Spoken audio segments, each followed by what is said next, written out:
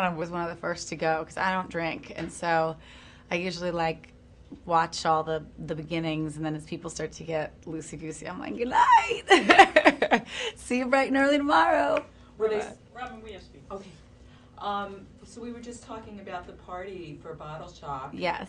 So what was that like for you to partake and not drink wine necessarily? Well, it's been a frequent big question mark for people. They're like, you did a movie about wine and you don't drink at all.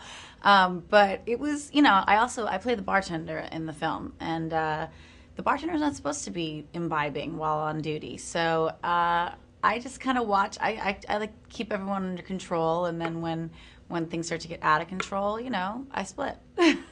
You never ever liked wine, never tried it, or wine? I did it one time, but as I started to get a little older, I think at like 19, in what I do, just that headache in the morning or that puff, it's just not very user-friendly for my job. So everything came a little clearer, sharper, better for me.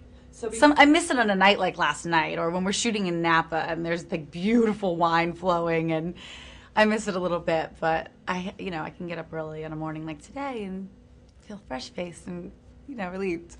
When you were in Napa, did you explore the wine country at all? Did you get a chance?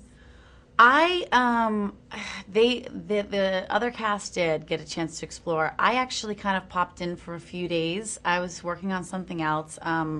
I got into Bottle Shock because Randy and Jody and I and Alan Rickman and Bill Pullman had all done another film called Nobel Son, which is going to be coming out in October.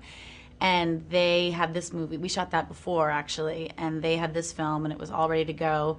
And they called and said, we really want you in the movie. There's one role of a bartender named Joe, and it's written as a male, but we could make you Joe, the female bartender. Could you come up for like 3 days and shoot out this part?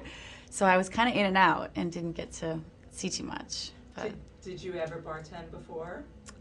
Not professionally, but I think maybe I bartended a few, parties in high school. Did you also get a chance to like learn about wines, like get an idea of, the whole sniffing and tasting? I did, yeah. There was a lot of that was sort of the set hobby. That was sort of the set chatter, and learning about the grapes, and we had some amazing people collaborating with us, and different vintners, and the families that we were one of the families we were portraying in the film. They were so excited about the movie, and so they were just people were on set, and we got some good schooling on wine. Now, in so many ways, this movie's about following your passion, and, was there ever a business or something that you wanted to get involved in other than becoming an actor? Was there a business I wanted to get involved in?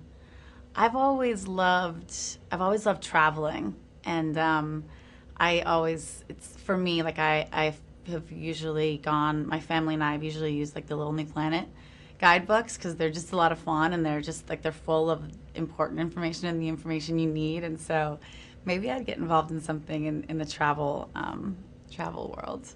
Oh, that could be cool. It could be fun to do a show and be paid to like go to all these fabulous places and run around the world, and also do things, participate in like socially conscious activities and show how fun they can be, because that's kind of what I do, and I have a blast. I was going to say, you do that anyway as an actor. You travel to, all these exotic locations.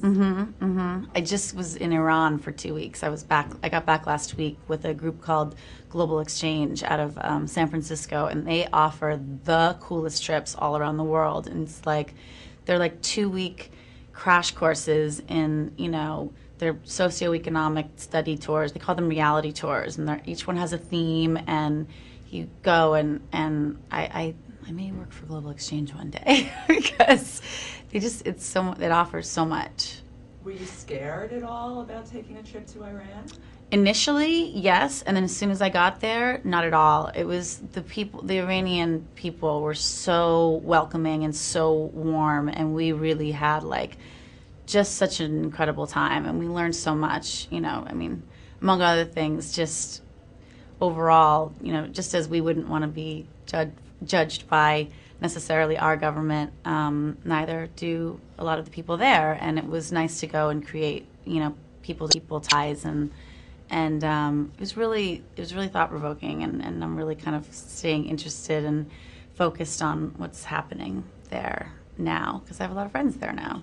Good, wonderful. So yeah. Good for you. I think we're done.